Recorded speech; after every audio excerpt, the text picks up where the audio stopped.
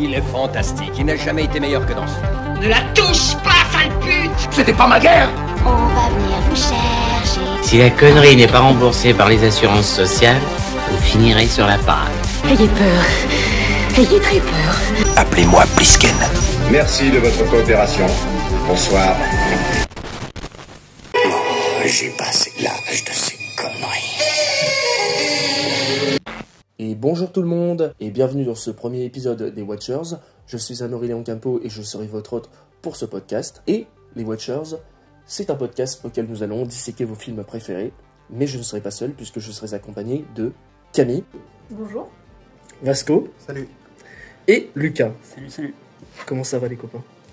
Ça va, on est heureux d'être là pour parler de cinéma. Exactement. Ok, parfait.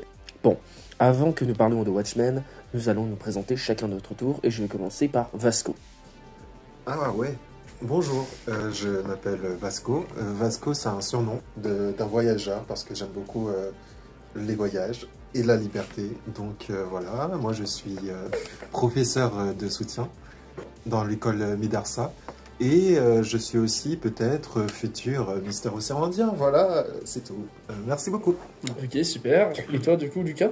Alors, moi, je m'appelle Lucas Vanayer, j'ai 29 ans et je suis passionné de cinéma. Je suis en licence à Montpellier, 3e année. Donc, je suis content de partager ma passion pour les films, sur l'analyse, sur la réalisation, sur tout. Je suis heureux d'être là. Ok, génial. Et toi, Camille? Je suis étudiante en 3e année, alternance licence professionnelle. J'ai 19 ans et que dire de plus à part vivre le cinéma. Voilà, tout simplement. J'ai fait des études dedans, donc pourquoi pas continuer là-dedans. Ok, super. Eh bien, c'était une superbe présentation pour, voilà, une 4 devrais-je dire. Maintenant, il faudra que je me présente, bien évidemment. Alors, je m'appelle Amaury Léon Campo, je suis réalisateur, scénariste, je suis photographe aussi, et je dessine à mes heures perdues. Et tu fais de la peinture aussi? Oui, effectivement, je peins à mes heures perdues aussi, comme le dessin. Après, ça reste quand même quelque chose d'assez naturel pour moi de peindre ou de dessiner quand j'ai vraiment le temps. Bon, maintenant que les présentations sont faites, on va parler de Watchmen. Watchmen. L'un des nôtres a été tué cette nuit. Quelqu'un sait pourquoi. Quelqu'un sait. J'ai cru comprendre qu'il travaillait pour le gouvernement. C'est peut-être un meurtre politique. Ou quelqu'un qui prend les héros costumés pour cible. Sorti en 2009 et troisième film du réalisateur Zack Snyder après L'Armée des Morts et 300, Watchmen compte au casting Patrick Wilson, Jackie Earle Haley, Marley Ackerman, Jeffrey Dean Morgan, Billy Cordy et Matthew Gordy. Excusez-moi en tout cas de l'orthographe par rapport aux acteurs, mais ça ne se reproduira pas. L'histoire raconte dans une Amérique alternative des années 80, dans ce monde où les super-héros existent mais ils sont interdits d'agir depuis des années. Quand l'un d'entre eux, le comédien, est brutalement assassiné, Rorschach, un justicier radical et paranoïaque, mène l'enquête. Ce qu'il va découvrir ramènera en question l'histoire, les alliances et même la définition du bien et du mal. Un film qui depuis sa sortie continue de susciter autant l'adoration que le rejet. Adapté du roman graphique culte de Alan Moore et Dave Gibbons, Watchmen est à la fois un film de super-héros et tout le contraire. Maintenant que j'ai présenté le film, je vais commencer par la traditionnelle question de ce podcast. Quel est votre lien avec ce film? Dans quelles conditions vous l'avez vu? Et surtout, quel est ton lien avec le cinéma en particulier? Vasco? Mon lien avec le film. En fait, je suis arrivé à La Réunion en 2008. Et je suis arrivé pour ma CM1 à Immaculée Conception. L'un des premiers films que j'ai regardé, du coup, c'était Watchmen au cinéma. Parce que mes parents voulaient tout simplement que j'ai un peu de culture quand même, parce que le premier film que j'ai vraiment regardé à La Réunion, c'était L'Incroyable Hulk. Donc, ils m'ont dit, ça, c'est vraiment un film spécial. Et en effet, j'ai pu voir qu'il était assez spécial et assez complexe, parce que c'était pas le genre de film de super-héros que je voulais regarder à la base, qui était plutôt inspirant pour moi à l'époque. C'était justement quelque chose de plutôt vraiment complexe, sombre, et à la fois peut-être qu'il y avait une lumière qui scintillait, mais genre une seule lumière dans ce monde qui était complètement dark, on va dire. Voilà. Moi, je suis du coup scénariste. J'écris beaucoup dans mes heures perdues. Je suis quelqu'un qui pense beaucoup aussi artistiquement. Du coup, à chaque fois que voilà, je vis une chose, j'imagine tout le temps qu'il y a une caméra et je me dis, oui, dans cette caméra, je peux enregistrer ce moment-là. Et voilà, tout simplement, j'imagine que la vie est un cinéma, parce que c'est vrai, en fait. La vie est un cinéma et chaque détail peut être raconté par une ou plusieurs caméras. Voilà, merci beaucoup. Intéressant, intéressant. Et du coup, toi, c'est quoi ton rapport du coup, au film Alors moi, personnellement, le rapport avant tout dans le cinéma, j'étais tout petit, mais vraiment petit, 6 ans, 7 ans. J'ai eu du mal à vraiment communiquer avec les gens à cause de mon problème de voix, comme vous l'entendez parfaitement bien. Et le seul endroit où je me suis senti vivant humainement, c'était, on va dire, c'est dans le cinéma. Je regardais des films, je regardais, je faisais que ça d'ailleurs. Et ça m'a permis de découvrir, je sais pas, plein de choses, l'amour, la sexualité, la violence, les thématiques, la politique. J'ai tout vu à travers le cinéma, mais toujours à cet œil-là, on va dire. Et moi, le moment très crucial dans ma petite jeunesse, c'est que mon orthophoniste, elle savait ma passion dans le cinéma, et elle m'avait appris à parler à travers des synopsis de films que je voulais voir. Ouais, on est les synopsis, elle me disait, Lucas, lis et apprends les mots à travers le synopsis. Et moi, c'est comme ça que je dis aux gens que le cinéma m'a appris à parler. Il m'a apporté du vocabulaire. Et puis, à un certain âge où les super-héros étaient importants pour moi, Marvel vaillait dans mon éducation, on va dire, même DC Comics. À mon âge, je suis tombé sur Watchmen, réalisé par Zack Snyder. Et là, c'était un choc cinématographique que je vais d'ailleurs garder plus tard, mais c'était vraiment pour moi une révélation sur comment traiter les super-héros avec une forme de maturité. Voilà. Très juste. Très juste, c'est pas faux, pas faux. Et toi, du coup, Camille? Pour se concentrer sur Watchmen précisément, il faut savoir que moi, j'ai connu Watchmen à l'époque, à la sortie de la série HBO sur OCS. Et que donc c'est à cette époque que j'ai regardé pour la première fois ce que c'était plus ou moins Watchmen, parce que en vérité sinon je ne connaissais pas l'origine avec la BD et même son écriture, ce dont ça parlait, les thématiques principales qu'elle abordait. Et c'est finalement il y a seulement quelques semaines où je me suis d'abord renseignée sur la BD, sur du coup son auteur, avant de finalement regarder la version Final Cut, puis la version cinéma, que j'ai regardée finalement seulement hier soir, la version cinéma. Pardon de te couper, tu as regardé l'Ultimate Cut, c'est ça du coup? Oui, oui. Ok. Et du coup, maintenant je suis prête à parler de ce film avec vous, qui était finalement très intéressant. Okay. Qui était une belle découverte surtout. Et du coup, quel est ton rapport du coup avec le cinéma et... Le cinéma en général? Le cinéma en général. Ça va paraître peut-être un peu bête, mais à l'origine, je regardais des films et des séries pour regarder des films et des séries. Dans le sens où c'était un divertissement pur. Pas forcément un lien que je pouvais faire avec la vie en général, mes relations, la façon dont on vit finalement nos petites histoires. Enfin bref, c'était un seul moyen de divertissement que je partageais du coup avec mon père. Et finalement, en année de seconde au lycée, c'est tout bête, mais il y avait une option cinéma qui était disponible, qui n'était pas obligatoire. Donc on venait le samedi matin pour parler de cinéma. Et du coup, ça m'avait un peu intriguée. Donc je suis venue un peu en touriste à l'origine. Et là-bas, j'ai rencontré monsieur Philippe Pélaez.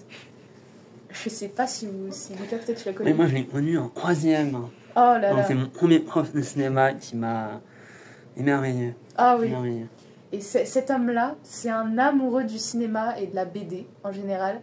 Ce gars-là, il était passionné, et quand il parlait de ses films, quand il présentait des films qu'il allait nous montrer, ça se voyait qu'il y avait plus que ça, que vraiment c'était ce qui l'animait dans la vie. D'ailleurs, aujourd'hui, il a réalisé son rêve. Il écrit des BD. Scénariste.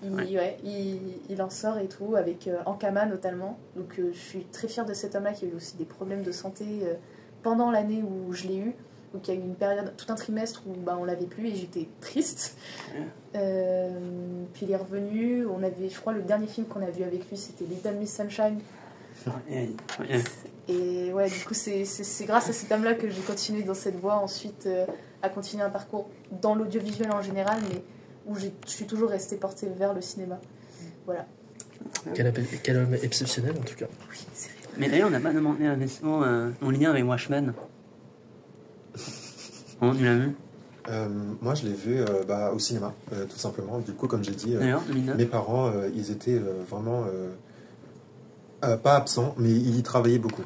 Ma mère était prof, mais genre d'anglais, et mon père est toujours, du coup, directeur des finances, on va dire, et il travaille à Rabat, quoi.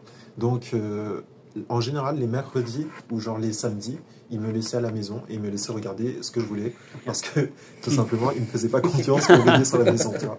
Mais, et il ne pouvait pas non plus m'emmener tout le temps. Il le faisait, il m'emmenait à son bureau et tout. Il ne pouvait pas tout le temps m'emmener parce qu'il avait des réunions, etc. Du coup il me disait choisis un film. Le problème c'est que moi je choisissais OSS 117 tout le temps. Donc il m'a dit bon vas-y, on va aller au cinéma, tu vas regarder différents films, etc. Et c'est du coup mes parents qui m'ont dit regarde Watchmen. Et j'ai un avis assez prononcé, mais je le dirai après. Ouais. Et tu l'as vu à quel âge? Oh là là, je l'ai vu à...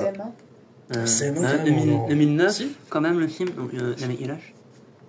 8, 9 ans. Et t'avais le droit d'aller le voir? Pas mal. Ouais.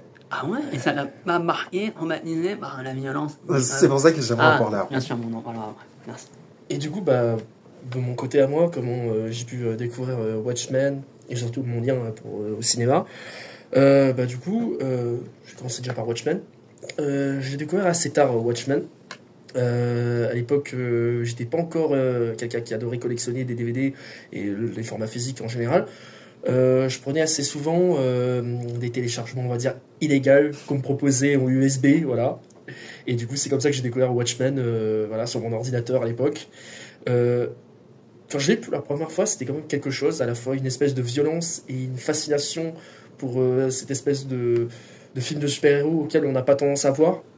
Et surtout, c'est que on était très loin des super-héros comme Spider-Man ou encore Superman, ou je prends l'exemple encore du Marvel Cinematic Universe avec Iron Man et compagnie.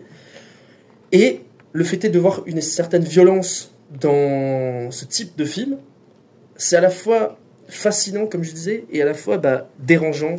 Et on peut se dire quand même que les héros, ils n'ont pas forcément, on va dire, les bons codes moraux, on va dire, entre guillemets. Et mon rapport avec le cinéma, de mon côté, je l'ai découvert à l'âge de 8 ans, grâce à mon oncle. Mon oncle m'a fait découvrir le cinéma à cet âge-là. Si je me souviens, mon premier film d'horreur, c'était Le Cauchemar de Dracula, sorti en 1958 avec Christopher Lee. Et jusqu'à aujourd'hui, j'ai pas arrêté de regarder des films, j'ai continué à regarder des grandes sagas comme Star Wars, Le Seigneur des Anneaux, ou encore Star Trek, forcément, voilà. Et au fur et à mesure, j'ai commencé à regarder encore d'autres films, même des films de super-héros. Je crois même que mon premier film de super-héros que j'ai vu au cinéma, c'était Spider-Man, de Sam Raimi, avec Tobey Maguire. Oui, je suis vieux, voilà. Et puis, voilà, quoi. Est-ce que vous avez autre chose à dire ou une question en particulier? Ou est-ce que vous voulez qu'on se lance nous, on a envie de lancer sur le film. Allez, okay. Vas-y. Alors, on va commencer par quelqu'un.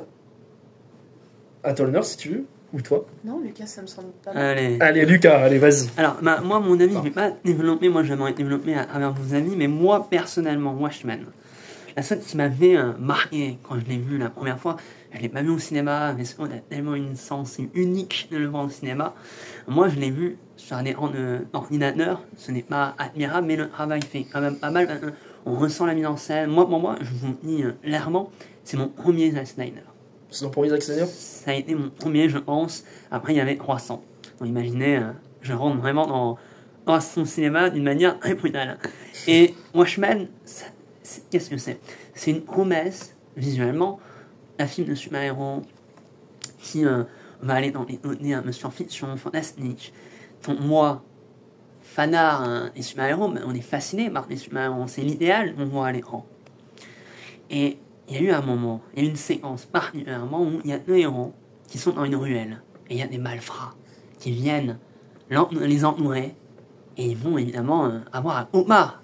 Évidemment, nous, enfants, waouh, allez, vas-y. On y va. Et les scènes se lancent, les travelines se lancent, les coups se balancent. Et là, j'étais totalement désorienté par la violence graphique. Où ils prennent un bras et le sort du bras. Moi, en étant enfant, je me suis dit, c'est pas Superman, c'est pas Spider-Man, ce n'est pas Marvel. Mais moi, c'était une telle opportunité de rentrer dans des thématiques. Moi, personnellement, je suis fasciné. Moi aussi, j'aimerais, j'essaye de raconter mes histoires à travers des courts-métrages. Et bizarrement, le sujet qui vient toujours, c'est la violence. Et je me rends compte, au fil et à mesure, qu'il y a des films qui m'ont marqué. Et Watchmen était l'un des films qui m'ont marqué sur... Voilà, je vous propose l'image cinématographique de l'héros. Et je vous donne une part de réalisme, c'est-à-dire du sang, du sexe, les moralités totalement inversées. Et tout ça, ça m'a vraiment frappé en tant que cinéphile, mais aussi en tant que personne, en fait. Donc, pour moi, c'était le renouveau d'un cinéma. Le cinéma, on va dire, adulte, pour moi. Et lui, après, un an après ce film, il y a eu évidemment l'arrivée de Kick-Ass, en 2010. On fil à mesure, on rentre dans un ère où on utilise l'image du super-héros en apportant de la noirceur, du gothique, de l'humain, mais c'est sa perfection. Et après, il y a eu... pour moi, Watchmen, c'est le début de The Boy, la série. Donc pour moi, c'est vraiment... T'as capé sur moi parce que j'allais le dire en plus. Ah ouais, mais je sais pas vous voulez le dire avant. Non, mais on va en parler, mais... on sent l'inspiration. C'est ça, donc... moi, ça va... Je me permets, mais en fait, je me rends compte que Watchmen, sans Alan Moore, sans Dave Gibbons, je pense qu'on n'aurait peut-être pas eu le bouquin de Garcédis, The Boy. Et sans cette œuvre, j'ai l'impression qu'on n'aurait peut-être pas eu des super-héros ou même des anti-héros tels qu'on connaît aujourd'hui, comme je dis, comme Invincible, comme The Boy. Oui. Ou, allez, j'irai plus loin même, pourquoi pas Spawn même. Ah, ouais. Voilà. Ah, on a peut-être un petit désaccord. Allez, allons-y. À toi, Noah. Bonsoir. Alors, je vais être honnête. Du coup, c'est pour ça que j'attendais de parler. Je ne suis pas fan de Zack Snyder. C'est pas que je le trouve sans talent, etc. Au contraire, il y a beaucoup de choses qu'il a fait qui sont vraiment super bien. Mais c'est juste que il a une... comment dire il y a ce truc dans ses films où il rend tout un peu au ralenti. Et cet effet-là, je trouve que c'est du pur Zack Snyder, mais au contraire, je trouve que c'est lourd au bout d'un moment. Et que c'est joli. Il y a aussi une opinion un peu, tu sais, comment on dit biblique. Un truc où tu vois le personnage et il est vraiment... Il y a un tas de lumière, etc. Vraiment, dans Watchmen, du coup, le personnage du Dr Manhattan. Voilà. Après, je suis d'accord avec toi par rapport à ce côté biblique. C'est vrai que ce soit dans 300, que ce soit dans Watchmen, ou même dans le DC qu'il a construit avec Man of Steel, Batman vs Superman, ou encore son Justice League, il y a vraiment tout ce rapport avec les dieux, ce côté symbolique, et... toute cette espèce de chrétienté où en gros où les héros sont considérés plus comme des dieux anciens que plus des super-héros classiques auxquels tout le monde pourrait, on va dire, se rapprocher, alors que non. Je veux dire, je peux prendre l'exemple des Avengers. Les Avengers, j'ai l'impression qu'on pourrait carrément se rapprocher, même se faire des amis avec eux, même pourquoi pas le Superman de David Corenswell. Mais les super-héros chez Snyder, c'est plus des anti-héros auxquels on peut se rapprocher plus vers quelque chose, vers de mythique en soi, d'une légende en fait que nous-mêmes on pourrait pas voir en fait compte, parce que c'est comme des dieux grecs. C'est comme ça que je vois en fait compte la chose du côté biblique. Je suis d'accord avec ça. C'est juste que je parle au sens de... Je l'ai regardé à 8-9 ans. Donc moi, j'espère du Superman, j'espère du positivisme, etc. Et je vois des gens du couper dans des ruelles, etc. Le fait de refaire le truc à la Bruce Wayne quand il dans la ruelle et tout. Le comédien, il fait des choses un peu bizarres. J'étais là, bon, C'est quoi ce film au bout d'un moment? Bien sûr, mais je pense qu'il nous a tellement rentré dans le sujet dès le générique du film. Où moi, l'image qui m'avait marqué, c'est dans le tableau où il y a les hommes, les soldats avec des fusils, et il y a la fleur, et on se dit, cut, c'est bon. Non, il tire sur les gens. Bon, c'est hors champ, mais on a l'intention, on est dans une période politique extrêmement grave, on parle de la guerre du Vietnam. La guerre du Vietnam, c'est ça, tout à fait. Il y a une forme d'Amérique où on montre, où il y a des fêlures, il y a des problèmes, et nous sommes avec des gens enragés par ça, contaminés par cette Amérique-là. D'ailleurs, petite anecdote, si on regarde au début de l'intro, auquel on voit le premier hibou tabasser un bandit, la famille en second plan, ce serait Martha et Thomas Wayne. En gros, voilà. Ils refont le truc de Batman. Dans l'univers de Watchmen. Donc on soit peut-être que Batman existe dans l'univers de Watchmen. Il y a un moment, j'ai vu Rorschach, je n'arrive pas à le dire, je suis navré. Rorschach, merci. Où à un moment, il passe dans une ruelle et il n'y a pas le nom de Batman. J'ai vu ça à un moment donné. Je n'ai pas souvenir d'avoir vu ça. J'ai pas je sais pas si c'est Watchmen ou pas, mais il y a des gens qui m'ont dit ah regarde, il y a un lien après Zack Snyder. À savoir que si ma mémoire me joue pas défaut, Dark Knight c'est sorti genre en 2008, un an après, et il y a des inspirations clairement qui sont faites. The Dark Knight est sorti en 2008, c'est ça, vu que Watchmen est sorti en 2009, un an après. Donc je pense qu'il doit y avoir quelques éléments. Il y a quand même quelques inspirations, puis même le personnage de Rorschach, pardon, mais la ville me craint. Ce dialogue un peu extra-diégétique et tout, c'est clairement du Batman. Mais d'ailleurs, j'en profite, c'est qui votre personnage préféré dans cet univers en soi? Moi, bon, si je devais parler en premier, ça serait forcément Rorschach, parce que je sais pas pourquoi, j'ai grandi avec ce personnage. Ce personnage est hypnotique. Il est hypnotique, c'est ça, il est fascinant. Et même les gens qui n'ont pas aimé la version de Snyder, ils trouvent Rorschach fascinant. Et alors que pourtant, c'est le plus fou. Et je crois que dans le comics, si je me souviens bien, il est encore plus fêlé. Les gens le craignent vraiment parce que non seulement c'est un putain de fasciste, mais en plus, c'est que tu sens vraiment la psychose de ce gars dans les comics. Dans le film, il a une certaine psychose, mais il va quand même essayer de garder cette espèce de justice radicale où il y aura un bien et un mal. Et il n'y aura pas vraiment d'autre choix. Et on pourrait se dire, bon, c'est clairement un super-héros d'extrême droite, voilà, on va pas se mentir là-dessus, mais il est quand même là pour essayer de sauver des gens, et il tue. C'est le seul où à la fin du film, la justice est là, c'est lui qui il met la justice à travers ses notes.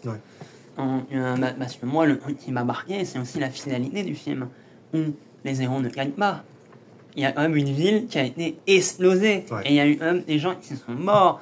Donc il y a aussi ça qui est en jeu en termes de film de super-héros. Et moi je suis d'accord avec Rorschach. Ça va être marrant ça. Rorschach, moi aussi je suis un des fans, mais un des personnes qui le rend et qui l'apprécient à sa juste valeur.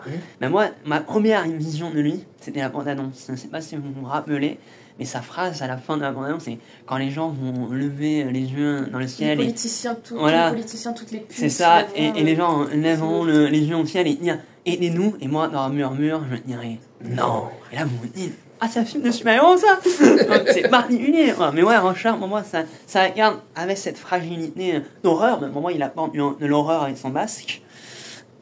Une forme de justice à sa manière. C'est vrai, c'est pas faux. Et cette voix rock, punaise, je pense que même aucun Batman l'a très bien respecté, je trouve. Pour le coup, j'ai écouté en VO celle que tu nous as envoyée, j'ai écouté en VO, et du coup la version cinéma j'ai écouté en VF parce que je voulais un peu l'aider. Et la VF a très bien respecté le travail de la VO d'origine, je trouve, personnellement. Je te conseille la version canadienne pour Rorschach, parce que je trouve que le doubleur arrive à retranscrire cette voix aussi grave et rock. Est-ce que tu as écouté la VF? J'ai regardé la VF, bien sûr. Mais la version que j'ai regardée au début, que je me rappelle que j'avais regardé sur mon PC à l'époque, c'était en version canadienne. Je regarderai alors. Et la voix correspond encore mieux, je trouve, qu'à la VF française, personnellement. Après, c'est mon avis personnel. Mais la découvert le film en québécois. Et au moins, tu l'as aimé. Mais je trouve le film incroyable. En québécois, je vous jure. Non, pas en québécois, mais ça parle vraiment français, quoi. Moi, je pense que je préfère justement le Dr Manhattan, peut-être, et Ozymandias, même si, bon, Ouais. Le pire, c'est c'est le méchant dans l'histoire, mais il est vraiment super complexe. En Et, fait, ouais, vas-y, je te non, signe. vas-y. Ben, juste, je suis d'accord. Ozymandias, c'est pas un méchant en soi, c'est un mathématicien. Le gars, il fait des maths. Il se dit, c'est tout simplement les moyens justifient. Non, c'est plutôt la Oui, fin la justifie fin. les moyens. Ce gars, il se dit, oui, bon, qu'est-ce que c'est sacrifier, je sais pas, des millions. 1 million de personnes contre des milliards. Pour lui, c'est la majorité qui l'emporte, donc c'est bénéfique. Et en soi, son raisonnement est logique. Même si ça ne plaît pas à tout le monde, c'est logique. C'est ça. Mais, C'est pas faux. En c'est fait, pas tu faux. retrouves ça dans Thanos plus tard, en fait, j'ai l'impression, tu vois. Le fait que, bah, en fait, il fait l'ultime sacrifice, mais au fond, est-ce qu'il a tort? Pardon, mais genre, Ça me rappelle vraiment un autre gars, mais bon, je vais pas en parler parce que bon, non. on va pas en parler dans ce podcast. Mais, oui, pareil, Mais voilà. Mais je me dis quand même, c'est fou que Watchmen, malgré que c'est un film qui a pas forcément plu à tout le monde et qu'il a eu un échec au box-office à sa sortie, c'est un film qui a quand même réussi à propulser presque tous les films de super-héros qu'on a aujourd'hui avec les Avengers, comme je dis, les MCU, le DC et compagnie. J'ai l'impression que sans ce film, il n'y aurait pas eu cette espèce de noirceur dans des films beaucoup plus lumineux, on va dire, entre guillemets, que... Bon, moi, j'ai un peu de mal avec les films de plus en plus de super-héros, qui est mon avis à moi personnel, mais c'est un film d'un air, en fait, compte, que peut-être on n'aura plus, j'ai l'impression. Il y aura plus ce film-là, comme en 2009. Après, est-ce que peut-être on aura un prochain film qui s'adaptera en Watchmen, je sais pas, mais bon. je pense pour le coup que ce qui fait vraiment la force du film aussi, c'est le réalisme qu'il y a derrière. Pas juste mettre de la noirceur pour mettre de la noirceur et de la violence pour mettre du gore. C'est surtout, on est dans un contexte qui a réellement existé, qu'on a réellement vécu, avec du coup la guerre froide, comme on l'a mentionné. Malheureusement, nous on n'a pas connu, nous on est encore jeunes. Enfin, oui, non, mais je veux dire que cette terre a connu, si tu préfères. Et qui aurait pu avoir une autre fin, voilà, comme on l'a eu avec Watchmen, qui aurait pu virer à la catastrophe, comme on dit. Oui. Pardon, je me permets de te couper. C'est quand même fou de se dire que même dans le film, le Vietnam, c'est le 52e État des États-Unis. Vu qu'en soi, ils ont gagné la guerre. Ah, désolé. Non, c'est vrai. Après, ce que t'as dit est un peu juste, mais sur le fait sans Watchmen, on va pas faire le film noir ça, je suis pas vraiment d'accord, parce qu'il y avait The Dark Knight avant, et c'est lui qui a vraiment apporté les rématures super-héros dans notre vie. Pour moi, The Dark Knight, c'est ça. Et la fin de The Dark Knight est quand même extrêmement dure. Hein. C'est une fin où un héros va prendre les crimes qu'il n'a pas commis sur sa mort à lui pour apporter une stabilité. C'est quand même particulier. Puis on a eu quand même, pardon, mais pour moi, je trouve ces films assez matures, c'est les Spider-Man de Sam Raimi. Qui pour moi est apporté à donner héros, mais pas héros. Ouais, je vole dans les murs, moi je sauve, je suis le super mec du quartier. Non. Il y a quand même, dans le 2 et même dans le 3, il y a ce questionnement-là de l'humain. N'oubliez pas, le mec, il mourrait après. Loyer. On fait genre, c'est rigolo, c'est une comédie. Mais il y a des faits humaines, des faits réalistes, qui est basé sur un super-héros. C'est ça que je voulais dire. En fait, tu parlais justement le fait que tu n'aimais pas trop les films de super-héros Marvel, etc. D'ailleurs, Watchmen, c'est nul. Ça a aussi été une des premières œuvres qui était assez complexe et assez sombre, tu vois. Dans son temps, maintenant, on fait beaucoup de choses comme ça. Il n'y a pas que Watchmen, il y avait quoi déjà les Spider-Man, au fond, les comics, je veux dire, c'était assez sombre et tout. Les The Boys, ça commence à être... Enfin, tu vois, tous les Superman maléfiques, etc., là, Omni-Man et tout. Les premiers, c'était Watchmen, tu vois. Donc, le truc, c'est que tu regardes trop les films de super-héros comme des films de super-héros où tout est joyeux, etc., tu vois. Justement, c'est ça le truc, c'est que derrière, il faut regarder plus profondément parce qu'il y a ce problème de que... Peter Parker, c'était quelqu'un comme nous. Tout à fait de banal, c'est ça. Galère, il y a des gens qui meurent dans sa vie, Gwen Stacy et tout. Au fond, c'est pas les mêmes Spider-Man, mais c'est la même galère, tu vois. Et du coup, j'aime bien cette représentation parce que, voilà, tu te dis que même le Superman que tu as vu il y a quelques semaines, c'est pas Superman qui compte, c'est plus Clark Kent, tu vois. Mais d'ailleurs, en parlant justement de super-héros en général, que ce soit Spider-Man, que ce soit Superman, je trouve que chez Snyder, avec ses super-héros, il traite tous ces personnages plus comme des êtres humains que véritablement des héros, que ce soit le Hibou 2 ou même en soi Rorschach ou la Spectre-Soyeuse ou le Docteur Manhattan. Bon, lui, on va dire que c'est un cas à part parmi le reste. Et Ozymandias. Mais chacun a un petit peu son côté humain. Je prends l'exemple le plus concret, Hibou 2. Lui, il a carrément pris sa retraite de super-héros pour tout simplement devenir un homme banal et faire sa vie en tant qu'être humain. Mais tu sens que lui aussi, il a ses petites galères, tout ça, il n'arrive pas à trouver un boulot. Le personnage de Rorschach, lui, c'est un SDF. Il a pas vraiment de métier dans le film en soi. Tu vas carrément traîner avec un panneau, la fin du monde est proche. La Spectre-Soyeuse de son côté, elle, on dirait que c'est plus une fille de riche milliardaire, donc du coup, elle n'a pas vraiment de soucis à se faire financièrement, mais elle a ses petites galères, on va dire, relation amoureuse entre le Docteur Manhattan et le hibou. Et le Docteur Manhattan, comme je dis le cas à part, lui, c'est vraiment le personnage auquel il commence petit à petit à ne plus être humain. Ce qui fait qu'au début, on n'arrive pas vraiment à s'attacher à ce personnage, parce que ce personnage est carrément omnipotent, il est considéré comme un dieu, et surtout c'est que on ne peut pas arriver à s'identifier à ce gars, c'est seulement vraiment qu'on raconte l'histoire, en gros, comment il est devenu le Docteur Manhattan, qu'on a un peu une sorte d'attachement, et le fait est qu'il était humain. Et au fur et à mesure de l'histoire, cet humain disparaît pour devenir le Docteur Manhattan, à lui tout seul. Voilà. Après, moi, je trouve Watchmen, en fait, comme tu as dit, important dans l'ère des super-héros. J'ai l'impression qu'au fil et à mesure des années, 2007 à 2020, maintenant on essaye de faire des films extrêmement maintenus sur l'image du super-héros, mais en fait, on essayait petit à petit à adapter les spectateurs à le super-héros, il peut faire des erreurs. Par exemple, 2008, j'ai vérifié Hancock avec Will Smith. Oui, Hancock. C'est quand même un super-héros, un homme avec des super-pouvoirs, mais il est alcoolique.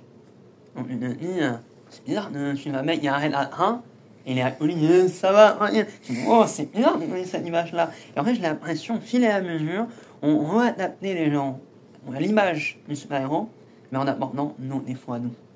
Ouais. Donc, ça, c'est fascinant. Et Watchmen, pour moi, la grande idée, c'est qu'il prend tous les problèmes, la perversion, la complexité, le narcissisme, la colère, tout ça, l'Amérique, d'ailleurs, tous les problèmes de l'Amérique, et il fait un seul film dessus. Donc, pendant 2 heures, et la version longue 3 heures, on parle de tout ça en fait. Donc, moi, j'ai une post d'adrénaline en fait. Si je me souviens bien de les versions qu'on a, la version cinéma, je crois qu'elle dure 165 minutes, si je me souviens bien. 2h40. 2h40, oui, voilà. Déjà, c'est déjà pas mal long, déjà, la version cinéma. La version Director's Cut, je crois qu'elle dure à peu près 3h30. 3h30. Et l'autre, la version Ultimate, elle dure au moins 3h40 ou 50, presque 4 heures de cinéma en fait. Personnellement, moi ça me... C'est trop. Non, personnellement je n'ai pas trouvé que c'était trop. Peut-être pour l'époque c'était trop, c'était vraiment long. Mais alors, du coup comme j'ai regardé dans le désordre, dans le sens où j'aurais normalement dû regarder la version cinéma, donc la version plus courte, pour ensuite voir les scènes qui sont ajoutées, là j'ai dû jouer le jeu de qu'est-ce qui a été enlevé. Et en fait, je sais pas si vous vous souvenez, le passage des BD animé. Tout ça a été retiré. Justement, je voulais en parler justement de ça. Moi, de mon avis, je trouve que c'est inutile dans le contexte. Ça apporte pas grand-chose. Je suis pas du tout d'accord. Toi, t'es d'accord? Moi, j'arrive pas, moi, en fait. C'est philosophique. Parce que premièrement, la BD, même si tu vois pas forcément le rapport, elle a concrètement un lien avec tout ce qui se passe. C'est-à-dire que le personnage principal de cette BD va vivre quelque chose de terriblement injuste, à proprement dit, et il va tout faire en son pouvoir pour faire les choses bien, mais peu importe ce qu'il va faire, il va mal les faire. Même avec toute la bonté du monde, il voulait faire les choses bien, et pour autant, il a tué sa femme, sans le vouloir, alors qu'il l'aimait. Et c'est un truc tout bête, en plus cette descente vers la folie, ça va avec justement l'intrigue qui s'enfonce de plus en plus sur qui est réellement le gars qui a tué le comédien et qui est derrière toute cette tuerie des hommes masqués. Et en plus de ça, tu vois la fin où justement la bombe guillemets explose et raye une partie de New York. Et en fait moi je trouve que cette fin elle est moins impactante parce qu'on n'a pas tout ce moment où on voit le petit jeune avant d'aller à l'école venir au kiosque de journal, continuer sa BD avec justement le gars qui vend ses journaux qui au début est un petit peu méchant avec lui, et puis finalement il sympathise et il finit par lui offrir la BD en le défendant auprès des petites racailles du quartier. et ce moment où juste en fait tu vois des humains dans leur vie d'humains qui font des liens, créent des liens entre eux, et finalement être éradiqués comme ça par cette catastrophe qui en soit un mal pour un bien, je trouve ça a plus d'impact du coup dans la version longue que dans la version courte. Même ça, c'est un parallèle à Ozymandias. Aussi, ouais. Le fait que justement il essaie tellement de faire le bien qu'au bout d'un moment il se perd, il tue sa femme, il fait des explosions et Tu sais, il n'y a pas de femme. dans le Il y a les parts comics de qu'on la montre, vérité. dans le truc de pirate et tout. Ah d'accord, que je pensais Par que tu rapport à parlais Ozymandias, ok, c'est par d'accord. rapport au pirate et tout, il tue sa femme. Ozymandias, il crée une bombe et tout, et en fait, ça l'éloigne de l'humanité. Et lui, pareil, quoi, ça l'éloigne de l'humanité parce que au final, il tue tout le monde. Ah d'accord, c'est pour ça que dans la série de HBO, on voit ce rapport avec les pirates en fait. J'avais pas fait en fait exactement ce lien en fait compte avec Ozymandias, parce que dans la série, quand on nous introduit une nouvelle fois Ozymandias, on voit ces drapeaux de pirates qui ont un rapport avec le comics dans l'œuvre de Watchmen. Et j'avais pas fait du tout ce lien, mais maintenant que tu dis ça, ça apporte quelque chose en plus, je suis tout à fait d'accord. Et justement, on n'a pas trop parlé justement un peu de Ozymandias et le comédien, et justement j'aimerais bien qu'on en parle un peu plus de ces deux-là. Et j'aimerais bien qu'on commence un peu plus sur le comédien, parce que j'ai l'impression qu'on n'a pas trop parlé depuis de lui. Pour moi, personnellement, il est entraîné par Morgan, fameux Negan dans The Walking Dead, pour moi c'est un classique. Pour moi, il incarne parfaitement la saleté de l'humanité, mais le côté où aucun espoir. Et moi, il y a une discussion qui m'avait profondément touché par la musique d'ailleurs, entre le hibou 2 et le comédien. La manifestation, c'est ça? Oui, où le comédien bute les gens, et lui, on fait quoi ici en fait? On protège qui? On les protège eux, de quoi? De eux-mêmes. Et de dire, ouais, il y a plein, et seulement le comédien est une saleté absolue. Il a fait des erreurs, il a fait des fonds horriblement terribles. Il a fait un viol, je pense. Il a fait un viol, il a assassiné. Non, pardon, non, mais si je me rappelle. En plus, il a fait un viol. Et il assassine une Vietnamienne qui a fait enceinte de lui. Et d'ailleurs, fascinant, cette scène, il y a le. Kennedy. Et moi, le magnifique avec lui, en termes d'aspect humanité, c'est que c'est son côté avec Dr. Manhattan. Donc ça me fascine. Il tue la Vietnamienne. Et Dr. Manhattan, il fait rien. Il ne peut rien faire face à ça. On a l'impression que Dr. Manhattan, tout le long, il subit l'humain. Il apprend de l'humain. Et donc ça, c'est vraiment fascinant. Et le comédien, pour moi, sa scène de mort, qui est d'ailleurs l'ouverture du film, pour moi, je me suis dit, mais est-ce qu'il essaye, Zack Snyder, d'avoir de la pitié? Est-ce qu'on essaye de le comprendre? Ou on essaye de le rejeter? Moi, je pense que c'est un peu de tout, et d'un côté, j'ai l'impression que c'est surtout à la fin, le comédien, qu'on essaie un peu de se pardonner aussi de lui, sachant que c'est peut-être la pire crapule qu'on ait eue tout le long du film, sachant entre le viol, l'assassinat de Kennedy, plus encore ce qu'il a fait à la guerre du Vietnam, tout ça. Oui, aussi, parce que, petit parallèle, mais c'est un truc tout bête, parce que Dr. Manhattan, il a fait gagner la guerre du Vietnam. Qui est-ce qu'on voit à la guerre du Vietnam? Dr. Manhattan et le comédien. Dr. Manhattan, lui, il atomise littéralement les Vietnamiens, mais il n'y a pas cette souffrance qui est ressentie, vu que c'est une désintégration instantanée.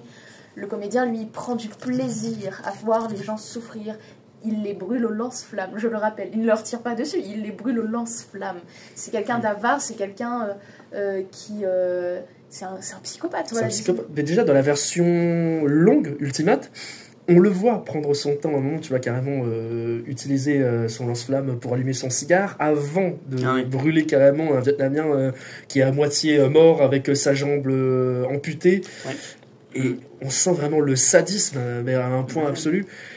Et d'un côté, d'ailleurs, je me dis, je suis content qu'on n'ait pas mis le masque dans l'œuvre de Snyder comparé dans le comics, parce que dans le comics, il porte un masque, et on sent vraiment que c'est pas vraiment un héros. Le gars, il porte carrément un masque de sadomasochiste pour aller buter des Vietnamiens. Oui. Je me dis quand même, l'Amérique a pété un câble quand même à ce stade-là. Ouais, mais est-ce que dans ce film-là, on est super-héros? Là, ça revient aussi avec The Boy. Est-ce qu'on est cette figure du super-héros? On a cette alibi de faire attention. Comment? Est-ce qu'on est cet aspect, cette image de super-héros? Est-ce qu'on a le droit à travers le comédien, de faire tout ce qu'on veut.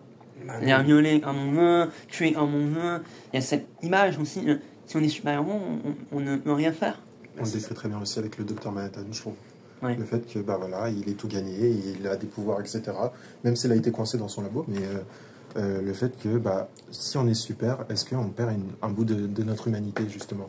Est-ce que si on est super, on peut, justement, bah, le parallèle aussi avec Superman, est-ce que si on a tous les pouvoirs, est-ce qu'on peut tout faire, tu vois? Ou est-ce que, bah, on peut que regarder le comédien faire des choses atroces parce que, au final, t'es super, donc tu perds une partie de ton humanité, tu vois? Et d'ailleurs, en plus, c'est quand même fou de se dire que le Docteur Manhattan, le mec a les pouvoirs omnipotents, il peut faire ce qu'il veut, et pourtant il ne fait rien. Ouais. Il est passif. Ouais, C'est très passif, c'est ça.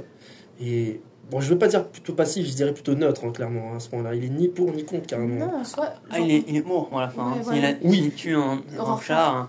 Ouais, Non, ce que je veux dire, c'est que pendant toute la première et la deuxième partie du film, il fout presque rien, en fait, compte, à part juste, en fait, compte que bah, je pense à moi et qu'à moi, en fait, compte, j'ai l'impression. En fait, c'est plus, quand on parle de passivité, c'est par exemple, tu vois, dans ses interactions avec... comment elle s'appelle La Spectre-Soyeuse. Voilà, Spectre-Soyeuse, où il prend pour acquis ce qui n'est pas encore déjà... ce qui ne s'est pas encore déjà produit.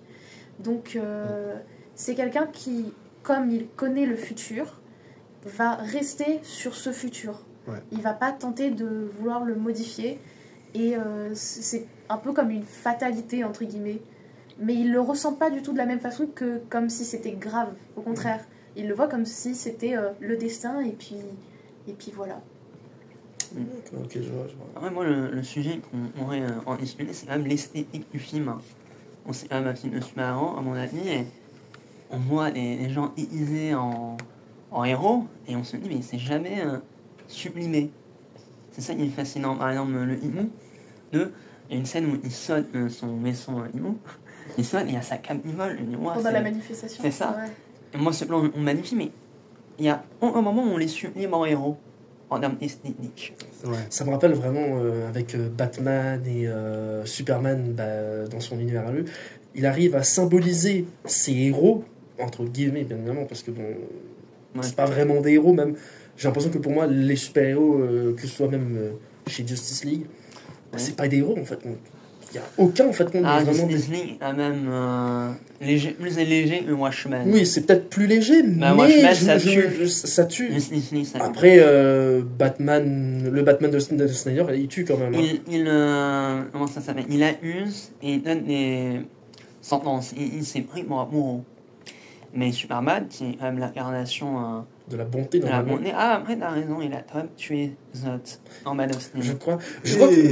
Ensuite, il a fait exploser des bâtiments. Oui, c'est le point de vue de mais d'ailleurs, justement, ce que j'aime bien avec ce petit parallèle, qu'on va en débattre maintenant, par rapport à Superman, c'est que moi, je pense que beaucoup de gens pensent que le Superman de Henry Cavill tue, ne protège pas les gens, alors que ça, c'est dans le point de vue humain, alors que le Superman, de ce Superman-là, un peu plutôt, il essaye de sauver autant de gens qu'il peut, malgré qu'il a essayé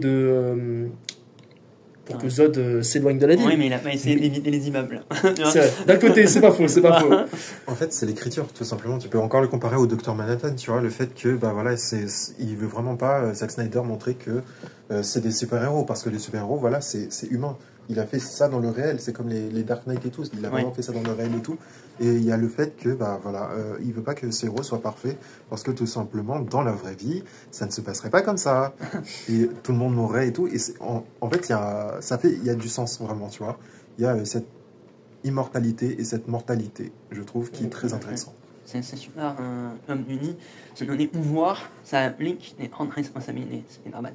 Et moi, ça m'avait frappé, ce message, c'est Dr. Manhattan, à travers l'émission de télévision, on dit, à cause de lui, son pouvoir, il a fait des hommes et a mené à des cancers. Oui. Bon, ça complètement maintenant, mais tu me dis, c'est quand même additionnement super intéressant, à pouvoir aussi grand, aussi devant, on va dire, me affecter les mortels comme nous. Ouais. Et nous dit, non, c'est un super décevant. Est-ce que la place du pouvoir ultime, on va dire, a une place dans notre humanité? Et ben, après, il se barre, hein. Il part en mars. Ouais, En mars. il part en Donc, mars, c'est ça. vous dites, ouais, mais on éloigne le pouvoir, on restait mortel. C'est totalement ça, en fait. D'ailleurs, vous avez un point de vue par rapport aux fins différentes, que ce soit dans le comics ou que ce soit dans le film. Dans le comics, si je me souviens bien, Ozymandias utilise un poulpe géant Ouais, un portail pour qui ramène une créature C'est géante ça. qui détruit la moitié de la ville. C'est totalement ça. Et le docteur, et je crois que dans la version de Snyder, c'est en gros la cause, on va dire que c'est le docteur Manhattan en gros qui fait exploser une bombe nucléaire. Qu'est-ce que vous en pensez d'ailleurs de ça? On essaye avec ce côté très réaliste d'aller dans des enjeux à la fois politiques et dévastatrices possibles. Même si pour moi le seul objet qui est impossible c'est quand même Dr Manhattan. Pour moi il y a l'aspect science-fiction fantastique. Mais à part tout ça, les bombes nucléaires, ça revient toujours en même histoire.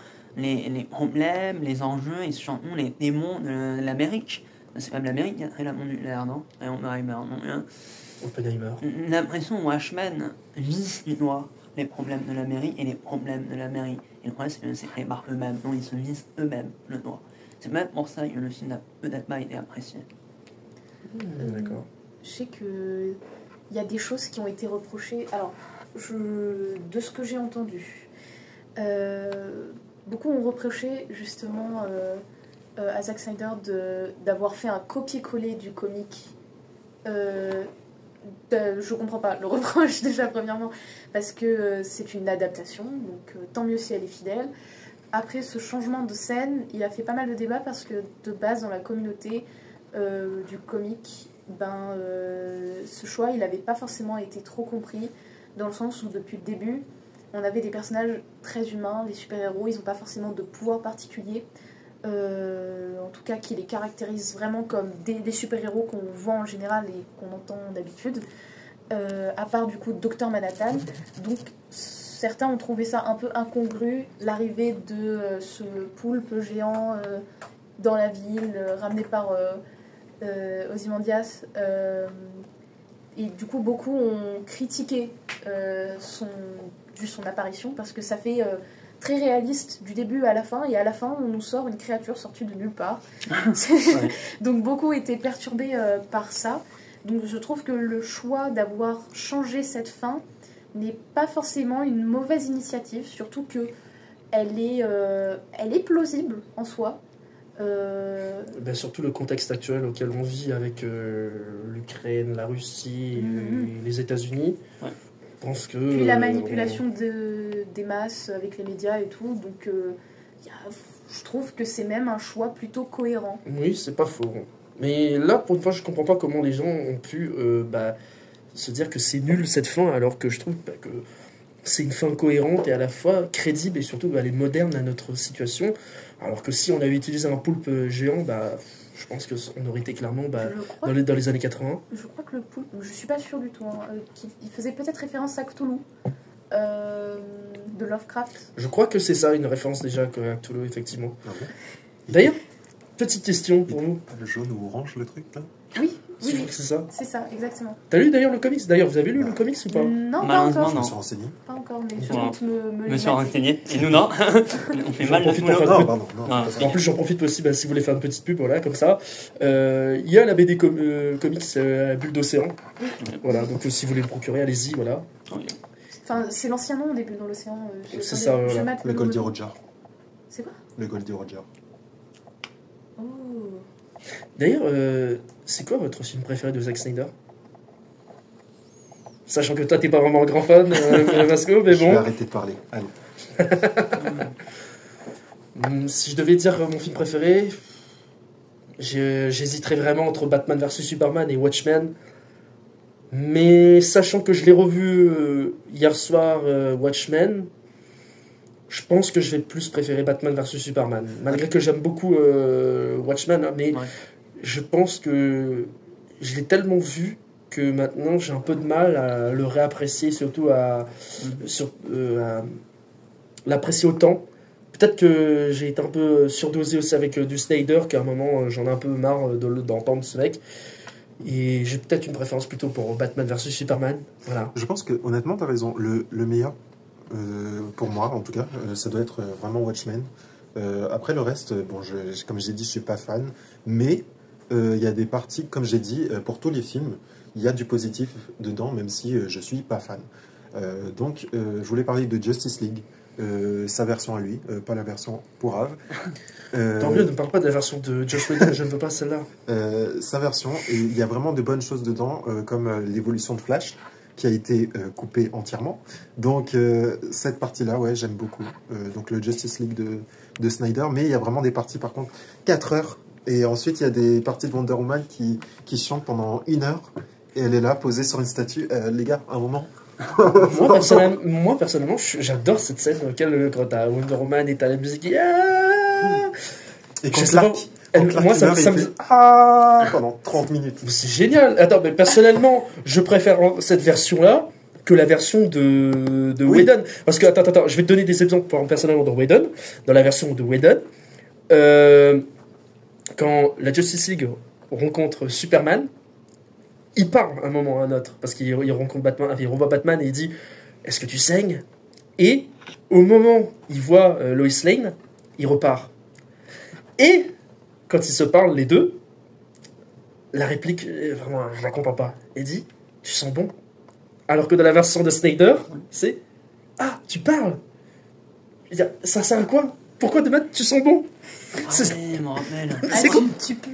Ah ouais, c'est ça, tu pues. Alors que voilà, je suis mort, là, je pue. Ben non, c'est inutile ce genre de scène. Ou même une autre scène que j'apprécie, et on pourrait carrément comparer, c'est la scène où t'as Lois et Martha qui se parlent, après le deuil de Superman, la version de Whedon et la version de Snyder. La version de Whedon, ça se passe dans un petit café, comme si on était dans Soda avec Kev Adams, là. Et je me dis, mais merde, c'est quoi cette scène de nul à chier auquel... Putain, il y a du budget, quoi.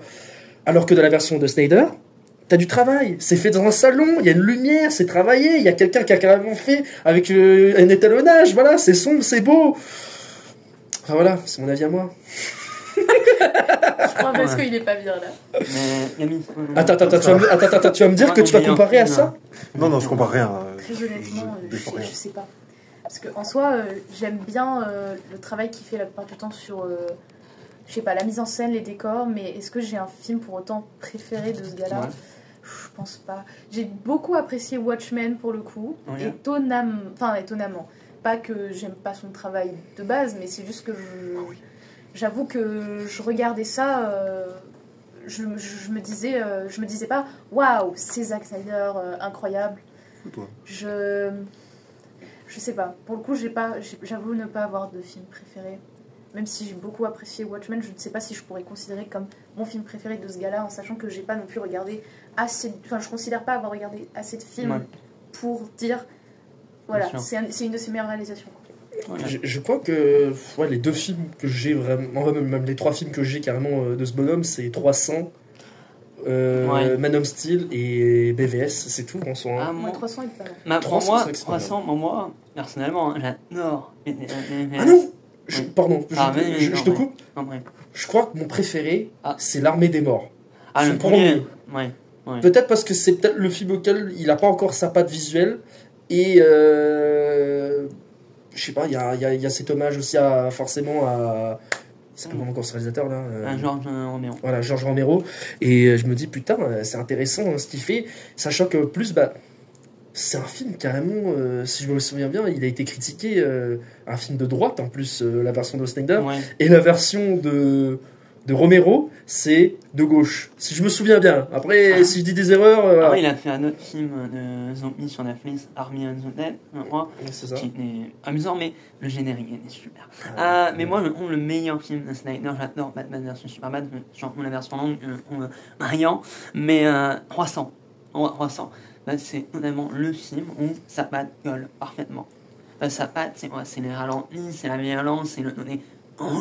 Même dans les séquences de sexualité, on verra dans ces autres films la violence, la sexualité, la religion, on retrouve tout à travers tous ces films après. Donc pour moi, l'incarnation de sa mise en scène, c'est Croissant. Tellement Croissant, il est exceptionnel sur son point de vue, mais il pouvait raconter ça. Les autres films, on les censurait. Rebel Moon, on les censurait. On faisait des versions Netflix, et on prenait pas ses versions à lui. Et quand on regarde ses versions à lui, il y a ce côté Croissant qui revient. On est gladiateur, on est transpiration, masculin, féminin, on est très rude. Quand on dans ces films, mais modéré, on fait la mesure. Croissant n'était pas du tout modéré. Mais Snyder, il est bon en tant que metteur en scène, mais je trouve que c'est un très mauvais scénariste. Pour moi, c'est un très mauvais scénariste. Quand tu vois Rebel Moon, de ce qu'il a fait, son espèce de Star Wars, de Space Opera. Parce que la production ne l'a pas aidé. Mais quand tu vois les versions longues, quand tu vois ce qu'il voulait faire. Après, si c'est juste pour ajouter un peu plus de violence, de sexe et de ralenti. Non, absolument pas. Non, je suis pas d'accord. Il a ajouté une vraie mythologie à sa façon. Mais les gens n'aimaient pas. Ils voulaient faire du Star Wars. Mais à la Netflix. Mais lui, il voulait pas faire ça. Regarde-le. Regarde ses interviews, il dit je voulais pas faire ça, je voulais un truc track, mais vraiment dans l'espace. Ça n'a pas plu à Netflix, c'est pour ça qu'ils l'ont coupé. Tu me donnes envie de le revoir. Peut-être je vais essayer de le revoir. Vas-y. Est-ce que vous avez d'autres questions ou d'autres choses à débattre encore sur le film? Non. D'ailleurs, est-ce que vous connaissez quelques anecdotes? Est-ce que je vous raconte quelques anecdotes? Vas-y. Alors, est-ce que vous savez qu'à l'époque, il y avait 3 réalisateurs qui étaient attachés au projet? Darren Aronofsky, le réalisateur de Mother, The Wrestler aussi, oui. Terry Gilliam, le mec qui a fait Brazil, et Paul Greengrass, le mec qui fera Captain Phillip plus tard, avec Tom Hanks. Le projet a failli mourir plusieurs fois, mais à cause de conflits, de droits et même de studios, et même le budget, parce que sur les gens, c'est un film à des grosses conséquences de budget. Surtout dans les années 80, le film était vraiment en préparation.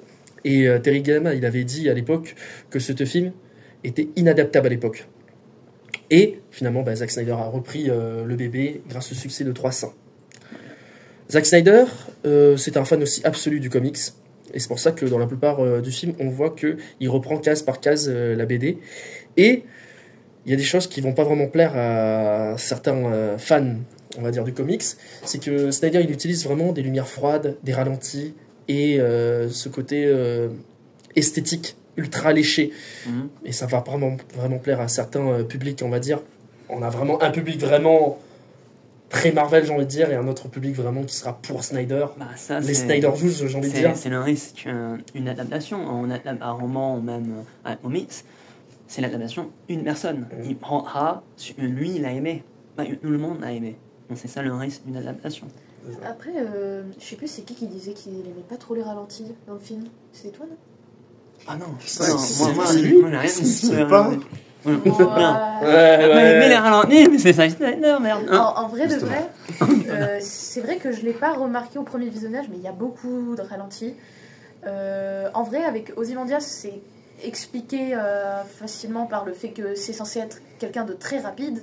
Donc la rapidité, elle est gérée avec le ralenti, voilà, du film. Bon, pour moi, c'est ok. Mais en vrai de vrai, les ralentis sont souvent mis à des moments pour des flashbacks. Donc en vrai, je trouve pas ça choquant personnellement. D'ailleurs, je trouve que la scène il y a une scène de sexe dans le film il y en a qui 3 était... en tout. La scène le hibou, le spectre soyeux dans le vaisseau. Alléluia. Alléluia, voilà. Et cette scène, elle était faite au ralenti. C'est marrant. Mais d'ailleurs, il y a une anecdote que j'aime beaucoup, c'est qu'il y a un spectateur qui avait jugé que la scène était trop sexy. Que, putain, c'est l'une des plus belles scènes personnellement du film. Il y avait une métaphore, l'hibou et la flamme. Mais ils ont essayé de faire du Alpha Stock. Mais moi il m'avait marqué aussi dans... On en parlait de voilà. J'espère que c'est pas ça de viol. Non, c'est pas. Non, les ralentis, merci. J'avais posé une question. C'est très bizarre, sinon. C'est vrai que c'est très bizarre. Les ralentis, je me suis dit, mais Man of Steel et Batman vs Superman, il y en a. La seule scène, on va dire, de sexe, on va dire, entre guillemets. Non, Man of Steel, c'est un ralenti. De ralenti. Ah, ok, d'accord.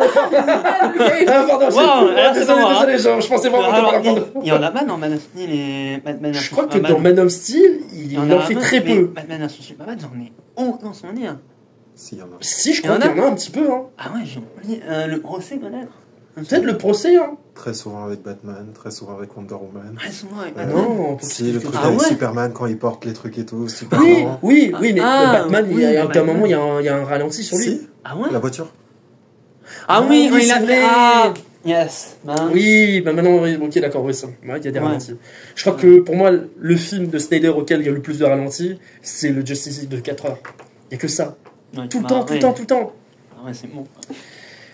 D'ailleurs, je vais revenir sur un petit détail. Encore le S. Voilà. Le S. C'est bien le Superman. Le sang. Non, Ah, la le sécurité. sexe encore, allez. Oui. Ah, Ah, ouais, Le Docteur Manhattan, l'acteur, Oui. il était en combinaison grise, très moulant. Et du coup, on devait mettre un petit capteur entre ses jambes. Ce sont des Dilly Bally Bop pour qu'il soit lumineux. C'est pour ça qu'on voit bien Ok. sa top dans le film. Ouais, c'est ça. Allez. Merci pour le détail. On va s'arrêter sur la top. D'ailleurs, Attends. je sais pas, pardon, mais il y a quelqu'un, il peut m'expliquer, est-ce que c'est genre pour son image publique ou quoi, mais genre, par exemple, dans la guerre du Vietnam, où quand il faisait des apparitions publiques, il avait un espèce de slibard. Ah, voilà, c'est ma question. Peut-être Voilà. pour faire super-héros. Non, mais en fait, je me dis, est-ce que c'est pour être présentable devant la télé ou Non, mais parce que des fois, ou il met des peut-être parce costumes, qu'une quoi. bite géante Ouais, aussi. ouais, mais dans la télévision, il est en costard, non? Ouais. Oui, il est il habillé. est en costard. En fait, Sinon, même si en c'est vrai. général, il est tout le temps à poil. poil parce que juste il considère, je pense que les vêtements eux-mêmes. Ah ouais, il y a aussi a le pas- détenu, le hack. Ouais. Là, on les garde toujours nus. Ouais, c'est ça aussi. Il y a ça aussi. Ouais. Donc, mais du coup, voilà, il y avait la guerre du Vietnam et il y avait aussi les apparitions avec le président qui, quand il saluait, il portait un espèce de slibard. Ouais.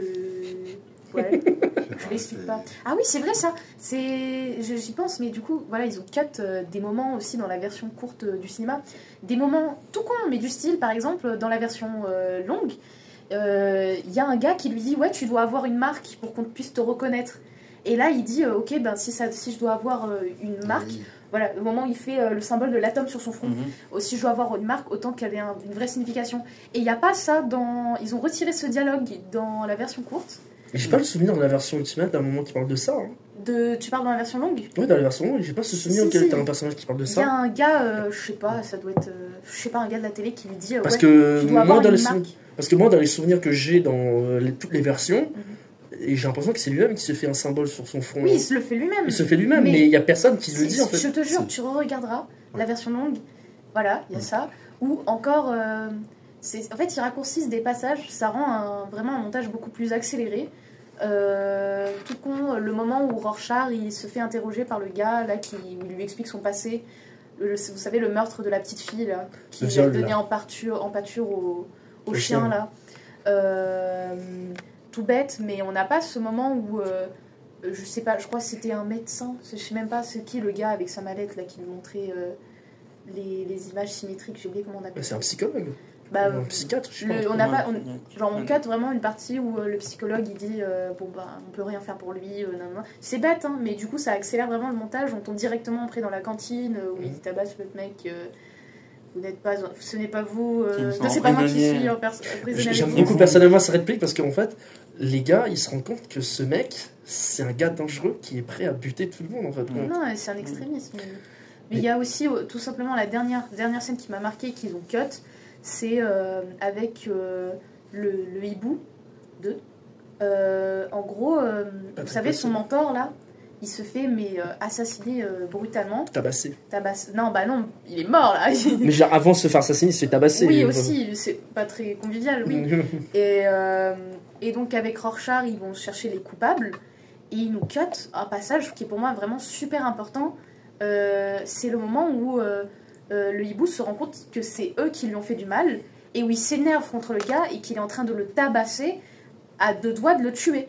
Alors que le hibou, c'est quelqu'un de quand même... on nous présente le gars comme quelqu'un de super calme, avec une vision où, oui, la justice c'est important, mais il faut qu'elle soit équitable et surtout non violente. Mais d'ailleurs, en parlant de ça, il y a un passage, enfin pas vraiment un passage, mais il y a un petit dialogue de Rorschach. Il dit...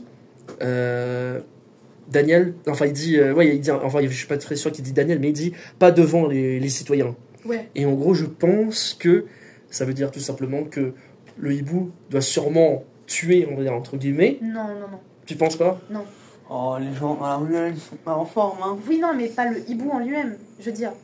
je pense pas que ce soit quelqu'un qui, foncièrement, dans son coin, tue des gens en cachette. Ah non, c'est non. ça qu'il est en train de Oui, là, je suis d'insinuer. d'accord. Mais après, je pense que c'était aussi une certaine. Je pense que Rorschach, malgré que c'est quelqu'un d'assez extrême, il montre quand même une certaine empathie. Quand même, on va pas tabasser devant des gens, voilà, des innocents qui n'ont rien fait. Ouais. Alors qu'il y a des gens. Oui, parce qu'il a cette justice propre à lui, assez binaire, en mode ça c'est le bien, ça c'est le mal, ça c'est la pureté, ça c'est la saleté. Oui, ce suicide, en guillemets, bon, ses idéaux, Oui, va c'est marquer.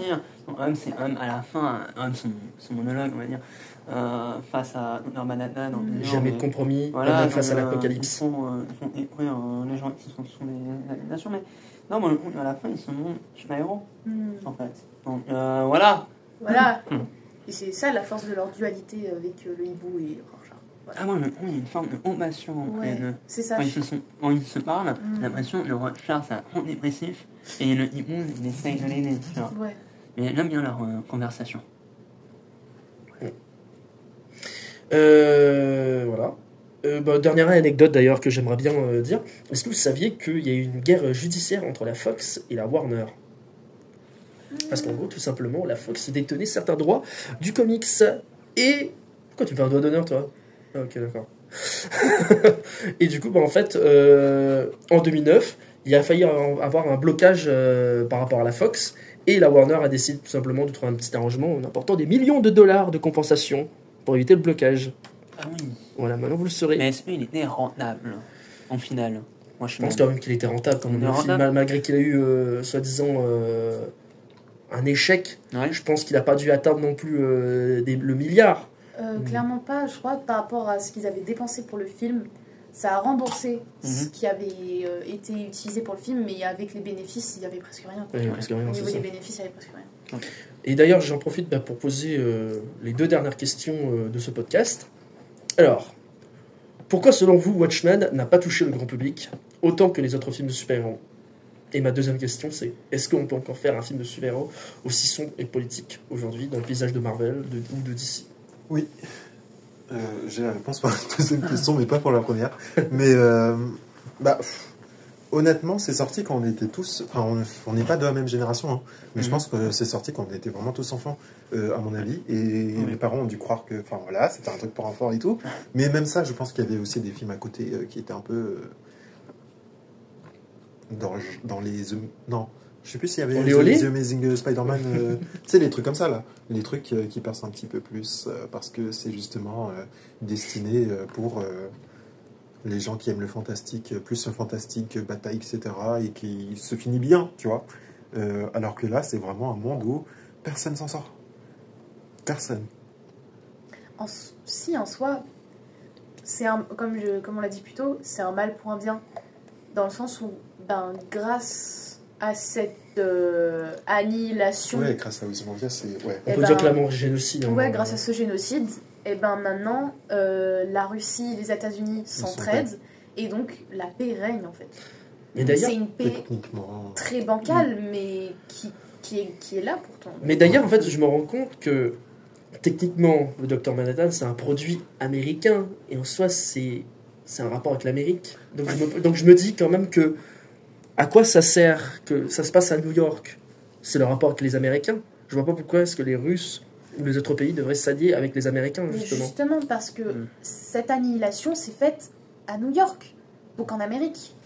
Et... Ouais, mais c'est leur rapport à eux, aux Américains. Ça n'a rien à voir avec l'international, c'est ça le problème. Si, parce qu'il y a eu aussi cette même explosion que tu vois sur les écrans de Ozymandias. Il y a eu à Paris, il y a eu à Shanghai, il y a eu... en fait, il a activé dans plusieurs parties du monde. Il y a eu à plusieurs endroits. Et donc déjà, il y a ce côté de... en fait, finalement, c'est nous tous contre Dr Manhattan, une entité qui est, comme tu le disais depuis tout à l'heure, omnipotente, et qui est littéralement une sorte de divinité supérieure. Au début, ils étaient tous là en mode... Dieu existe et Dieu est américain. C'est ça, oui. En fait, pour moi, c'est vraiment la sauce que le film n'a pas été lu. C'est on critique en fait l'américain. Le film critique l'américain, celui qui a déclenché la bombe, c'est l'américain. Donc, c'est pour ça que ça n'a pas marché. On visait du doigt les problèmes d'eux en fait. Et nous, humains aussi, avec nos imperfections. Donc, pour moi, c'est pour ça que ça n'a pas marché. Aussi l'arrivée de la violence, du gore à travers une image de super-héros, ça n'a peut-être pas plu, même pour les fans, même pour les gens qui attendaient ça. Mais dans le grand public, j'imagine pas une forme d'enthousiasme à cette époque-là. Et aussi, est-ce qu'on peut faire un film violent, super-héros, politique? Bah, moi je suis d'accord avec Massimo. Ainhoa, c'est oui, on peut. Bah, The Boys, c'est l'incarnation parfaite. On peut aller encore plus loin. Alors, plus loin. Dans la violence, dans la sexualité, dans tout. The Boys incarne parfaitement l'extrême que le cinéma peut faire avec les super-héros. The Boys, Invincible. Invincible. The Batman. Modéré. Modéré. Parce que la scène du début avec l'homme mystère, on pouvait aller comme Daniel, on en avait parlé aussi, on pouvait aller dans la violence, du Seven, ils n'ont pas allé, non? Ils sont pas allés, non, ils sont restés très vagues quand même, quand j'y pense. Hein. Même le Riddler, au début, quand il tabasse le oui, gars, mais c'est et caché. genre, tu vois le truc de sang à côté, tu vois. Moi, le seul truc qui m'avait marqué, c'est la bombe sur le du mec dans ça s'appelle l'endroit où il y a décès. Bref, une église. Une église, pardon. Une église. Et je me dis, mais l'objet, ça fait tellement penser à sang. Oui. C'est d'ailleurs une devinette. On doit trouver le mec sur lui, donc totalement une référence à sang. Et à la fin, ça explose. On voit pas la tête, mais l'idée même, c'est que ça explose. Donc ça, c'était, je suis d'accord, audacieux et risqué. Donc c'était bien. D'accord, ok. Pas mal. Pour le coup, je vous rejoins sur ce coup-là. Ouais, je pense que c'est totalement possible. Après, ça va être dur de pas tomber dans la caricature et juste de la violence gratuite et du gore pour faire du gore. Ça, c'est le plus compliqué, je pense. Mais c'est totalement pas impossible. Parce que juste les productions qu'on fait actuellement, je trouve que ça s'améliore de plus en plus. Voilà, on parle de The Boys depuis tout à l'heure. Je trouve que c'est une série qui partait bien, mais qui est un peu tombée malheureusement au fur et à mesure des saisons. Ça se répète, on voit pas le bout. Accélérez les gars. Je trouve que j'ai l'impression que The Boys, ça part un peu dans le kitsch au fur et à mesure, ça, malgré que c'est soi-disant gore, entre guillemets.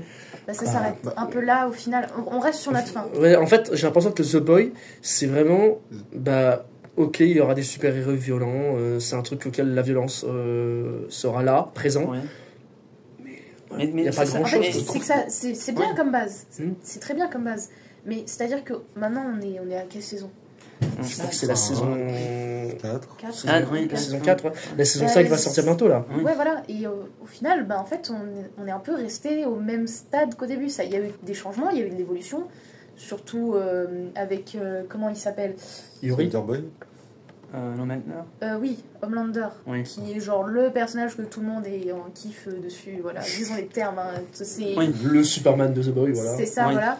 Et où du coup, en fait, on a commencé à voir une évolution sur le personnage avec quelque chose qui allait vraiment partir dans le chaotique. Finalement, on voit pas le bout, voilà. En fait, c'est ça, il y a un sens. Dans la saison 1, on a la surprise des super-héros. Par exemple, le moment où on se dit, waouh, ça va péter, c'est la séquence de l'avion, on laisse les gens mourir dans l'avion, ils se crachent, c'est un des super-héros, ils pouvaient sauver. Donc à ce moment-là, révélation. Ah oui, on est dans une série comme ça. Puis, fil à mesure des épisodes et fil à mesure des saisons, on va dans les vannes, grossiers, sexuels, gore. Et en fait, on se dit, en fait, j'ai envie de regarder The Boy, j'ai envie de voir la nouvelle saison pour me dire à quel moment ils vont aller encore plus loin. Ouais. Donc pour moi, c'est un peu une destination finale. Je trouve que... On s'en fout des histoires, on se dit où ils peuvent encore aller dans le contexte. En fait, c'est ça, j'ai l'impression que je suis tout à fait d'accord avec toi. C'est dans la première saison de The Boy, c'est totalement ça, on nous raconte vraiment une histoire.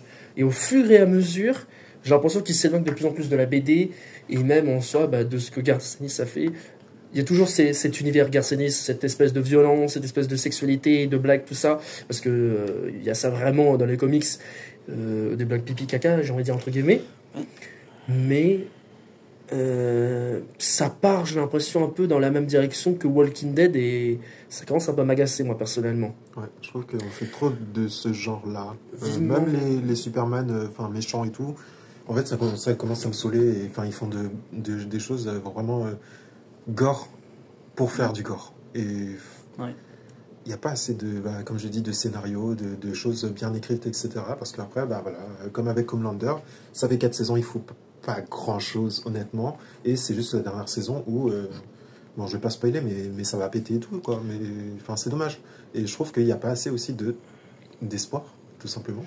Oui, mais après, moi, on sait bien que par moments, je suis navré, hein, qu'il n'y a pas d'espoir.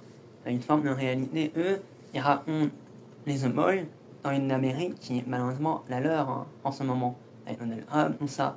Donc, il y a quand même un truc qui évolue, malgré les saisons qui augmentent le grotesque. Ils ont quand même fait un épisode consacré à une orgie de super-héros. Et d'ailleurs, c'est l'épisode que tout le monde voulait voir. Donc, imaginez la mentalité de l'humain. Et en fait, quand même, le seul truc qui évolue à travers la série, c'est quand même le contexte politique. Ouais. Là, la dernière saison, Leur va être peut-être président. On va être dans la Maison Blanche. Donc il y a quand même une forme d'Amérique qui évolue. Ouais. C'est seulement ça. Parce que c'est le sujet, c'est aussi la critique à travers les super-héros, c'est la politique. Ouais. Ils sont même à droite, ils n'aiment pas Donald Trump, et ça se voit à travers l'évolution. Mais les temps évoluent aussi, quoi. Enfin, bientôt, tu vois, on va avoir 40 ans, plus de choses, etc. Pardon. Et je trouve que peut-être qu'il en faut aussi pour les enfants. Il faut se dire que bon, les sujets politiques, c'est pour nous, mais il faut aussi faire rêver. C'est pour ça qu'il y a eu Superman Gun. C'est ça. Donc, voilà. On essaye d'ouvrir les bases, mais il y a aussi ce côté, il faut être réaliste. Ouais. Il y a aussi, on n'en a pas parlé, mais il y a eu quand même une adaptation du Superman méchant à travers un film 11e Gun de James Gunn. Je crois que c'est Brightburn. Brightburn, c'est ça. Il y a eu une initiative de faire du Superman héros méchant. Il était avant ou après The Boys, ce film? Je sais pas, Brightburn, The Boys, Omni-Man. Ça, c'est intéressant de voir ça. Superman Red Son aussi. Ouais. À un moment, il y a 4-5 là. Ouais. Superman. Ça fait quoi, 5 ans? Attends, Superman Red Son, c'est le comics auquel il est russe là. En soi, il est pas vraiment méchant. C'est de l'autre côté.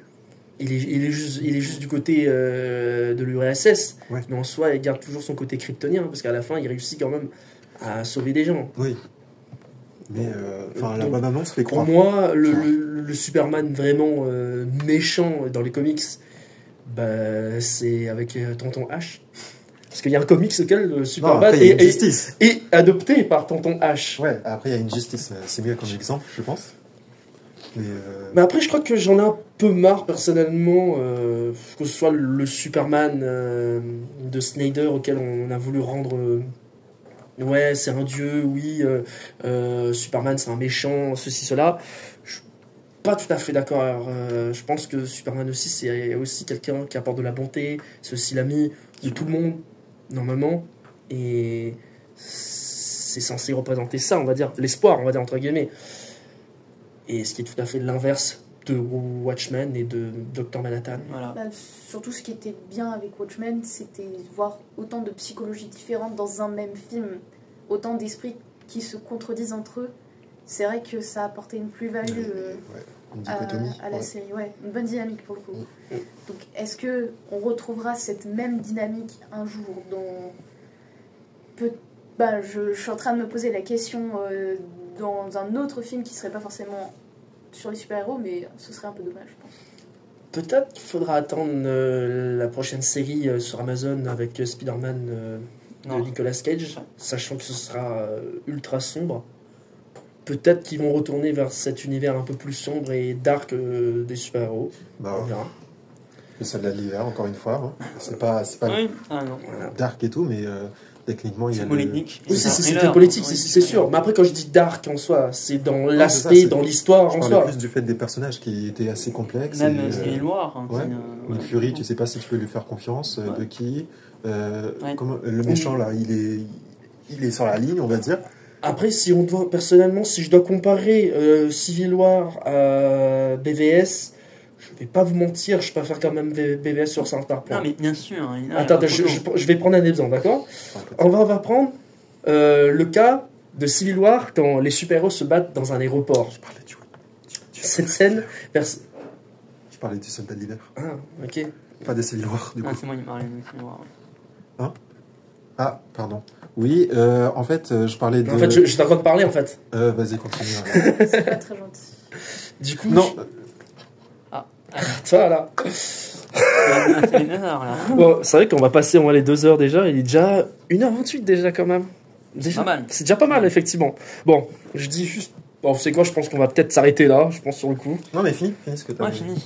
Mais en fait, j'allais juste comparer en fait contre deux scènes en fait contre qui n'a rien à voir avec ce qu'on parle en fait. Mais bon, allez, puisqu'on a encore un petit peu de temps, allons-y. Je disais que dans Civil War, il y a une scène personnellement que j'arrive pas à lui mettre dedans, et une scène dans BVS auquel je trouve qui est beaucoup plus réaliste et qu'elle, je pourrais vraiment me sentir en danger pour le coup. Alors, l'exemple de Civil War, c'est la scène où tu as des super-héros qui se retrouvent à se battre carrément dans un aéroport. Personnellement, je trouve que c'est ridicule de voir des héros en collant en train de se battre. J'ai l'impression que c'est juste une armada de fans de comics qui vont se battre dans un parking à Leclerc. Et dans la version de BVS, c'est que on a carrément deux dieux, on va dire entre guillemets, qui s'affrontent carrément en ville, auquel ça pète dans tous les sens. Et je vais prendre le parallèle avec le 11 septembre 2001, c'est qu'on pourrait vraiment croire qu'il y a vraiment ce cas, on pourrait être vraiment là, dans cette civilisation, à mourir par un rocher, par ces dieux. Voilà la comparaison. Voilà. Ok. C'est faisable, c'est louable. Voilà. Est-ce que vous avez des choses encore à dire? Non, on a bien parlé, on espère, on l'a bien vendu. Voilà. J'espère que vous avez aimé. D'ailleurs, je vais en profiter pour un dernier petit truc tous ensemble, voilà. Allez. J'aimerais bien poser une question à tout le monde. Allez. Et on va penser chacune de la question, d'accord? Vous êtes prêts? Non. Vous êtes pas prêts? Oui. Bon, tant mieux, c'est pas grave, on s'en fout. Allez. Alors, pour toi, c'est quoi le dernier film que t'as vu actuellement? Au cinéma ou Au cinéma ou à la télévision? Alors, moi, le film que j'ai vu à la maison, c'est le Outlast du Castor, réalisé par Jodie Foster avec Mel Gibson. C'est un homme dépressif qui veut se suicider et il a une marionnette comme un ventriloque à Castor. Très bon et film. à un moment donné, il y a le Castor qui lui parle et on se dit au début, mais c'est humour ridicule quoi. Non, on file la ça hontement. Le film, on file la c'est extrêmement tragédie. C'est une forme de tragédie sur le mélange, sur la dépression. Et j'ai trouvé ça mais ingénieux. Et Jodie Foster, elle m'épate dans sa réalisation. D'ailleurs, je conseille amplement Money Monster, qui est pour moi son meilleur film. Et je suis en train de vraiment, ça fait mal, en train de regarder les films de Mel Gibson. Donc, je suis vraiment dans ce cinéma-là. D'accord, ok, super. Et toi, du coup, ton dernier film? Moi, du coup, ce que j'aime bien faire, c'est... Non, ton dernier film, c'est ouais, quoi je donne le contexte. Ah, ok, d'accord. J'avais pas compris, pardon. Désolé. J'aime bien emprunter des DVD à la médiathèque. Oh. Genre, je me balade dans la médiathèque, je regarde des DVD, et je regarde s'il y a des trucs qui me semblent intéressants, et je décide de les emprunter. Donc, environ tous les mois, j'en emprunte 3 ou 4. Et là, cette fois, je tombe sur quoi? Birdman. Trop bizarre.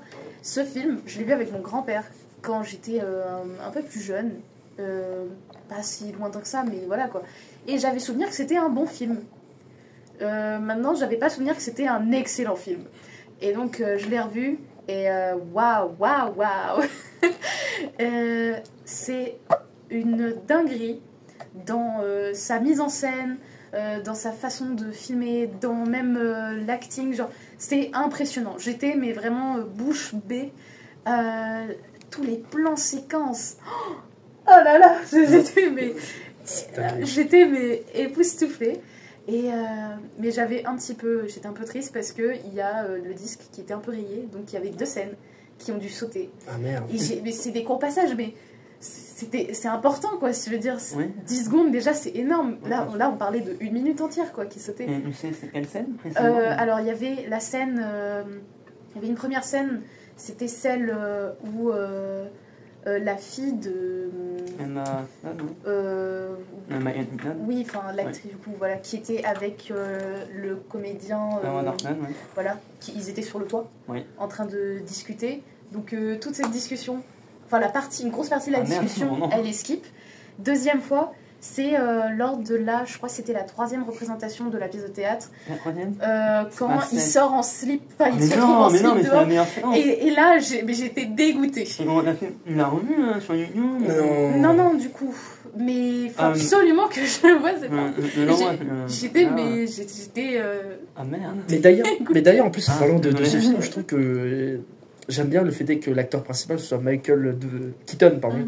Qui interprète le rôle, sachant que c'est un peu une sorte de biopic un peu de sa vie, entre guillemets, Parce Je que... savais pas pour le coup. Tu savais pas? Non. En fait, par rapport à sa carrière de Batman, en fait, compte, vu qu'il a fait que 2 films de Batman, et du coup, moi, j'ai l'impression que quand je vois Batman, bah, je vois un peu le déclin un peu de la carrière de Keaton après Batman, en fait, compte. En gros, il a presque disparu, en gros, cet acteur, tout ça pour revenir dans Birdman, et ça, c'est du génie, je trouve. Quand même, il a fait pas mal de choses un peu après. Hein. Enfin, il a pas fait, je suis d'accord avec toi, il a pas fait autant, mais il a quand même fait un... Oui, je crois que la dernière apparition dans les années 90, personnellement, que j'ai vu de lui, c'était dans Jackie Brown avec de Quentin Tarantino. Mais j'ai l'impression qu'après Batman et ce film-là, il n'a pas vraiment une grande carrière. Ah oui, quand vraiment. même, un Flash. Non, bien vu. Non, j'ai l'impression que c'est vraiment Birdman qui a fait en sorte de le faire revenir dans le monde de Hollywood. Sans ce film, j'ai l'impression qu'il ne serait pas revenu, en fait, tout simplement.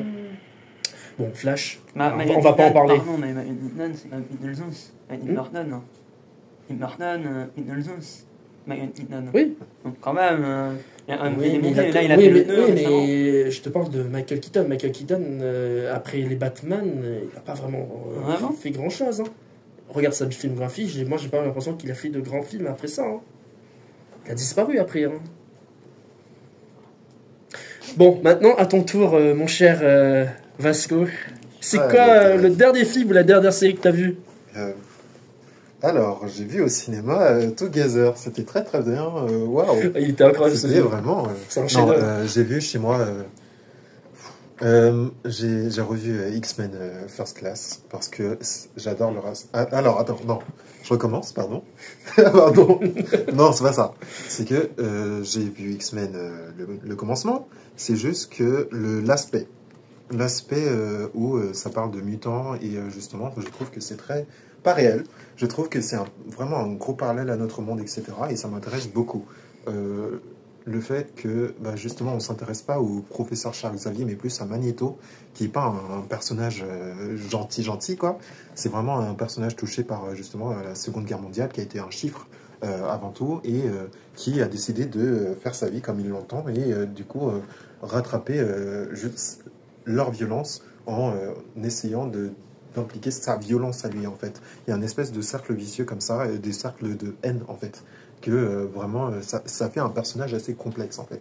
Et c'est ça que j'aime beaucoup, et c'est ça que je trouve dommage, parce que j'aurais bien voulu un film solo sur lui, mais voilà, c'est l'aspect surtout des races aussi, et j'ai l'impression que dans tous les X-Men et tout, ça a été vraiment... il y a beaucoup de causes qui ont été mélangées, dont la cause pour les LGBT, parce qu'il y a la scène avec Iceman quand il montre à ses parents justement qu'il a des pouvoirs et tout, et ses parents lui font t'as essayé de ne pas l'être, tu vois, le fait il y a vraiment ce rappel vraiment avec l'homosexualité quand même. Ouais, c'est pas faux, tu vois. Donc, mais d'un côté je me dis quand même que chez X-Men il y a vraiment ce truc ça parle aussi de politique, et aussi ce rapport humain. C'est ça. Et on revient toujours à Watchmen en soi. C'est ça que j'aime beaucoup, c'est que du coup, comme j'ai dit auparavant, je suis scénariste et j'essaie vraiment de faire des scénarios assez réels. J'ai parlé aussi dans une vidéo du suicide, du fait de se perdre dans son humanité, etc. Et je suis un peu perfectionniste, donc je suis pas là à montrer mes vidéos, à dire oui, je sais pas si t'as vu, moi j'ai fait ça, moi j'ai fait ci et tout, parce que je trouve toujours qu'il y a des erreurs dans mes vidéos, et c'est pas la folie non plus avec la qualité que j'ai, mais j'essaie vraiment de parler de ce genre de choses qui est important, comme la politique, le racisme, les causes LGBT. Pour moi, c'est important, et la cause aussi de la santé mentale pour les hommes. Voilà. D'accord. Voilà. Et la santé mentale en général aussi.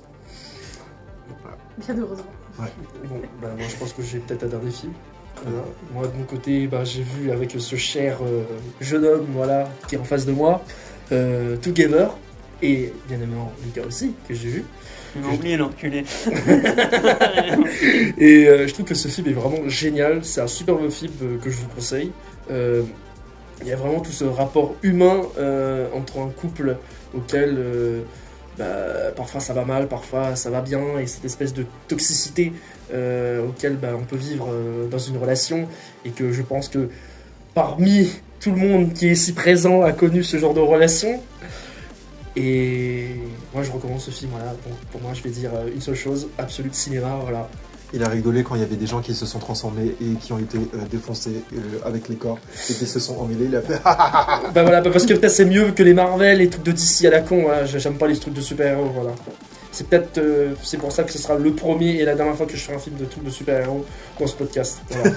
Voilà. Non, faut pas être nihiliste. il y a toujours du positif dans tous les films. J'ai pas encore toujours vu de bonnes choses. le film, je compte aller le voir prochainement.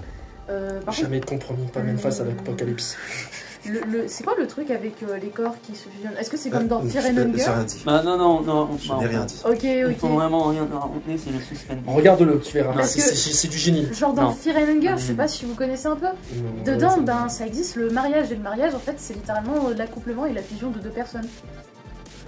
Bah, tu verras le film, mais Ok, on en ok, parlera. ok. Bon, bah écoutez, je pense qu'on va s'arrêter là. C'était un très bon podcast, voilà. J'espère que ça vous a plu. Ouais. Vous avez aimé? Oui. Super, bah voilà, bah parfait. Bon, bah écoutez, bah je vous souhaite à tous Une bonne journée. une bonne journée. Bonne Voilà. journée, bonne Et soirée. à une prochaine fois, voilà, qui sait, hein. Allez. Et rescap pour le prochain podcast ou les prochains. Peut-être qu'il y aura d'autres invités, on ne sait pas du coup. Mais on espère que ça vous a plu. À demain, plus tard et à bientôt. Voilà, ce sera parfait comme ça. Allez, ciao hein. Qu'est-ce que je me suis marré.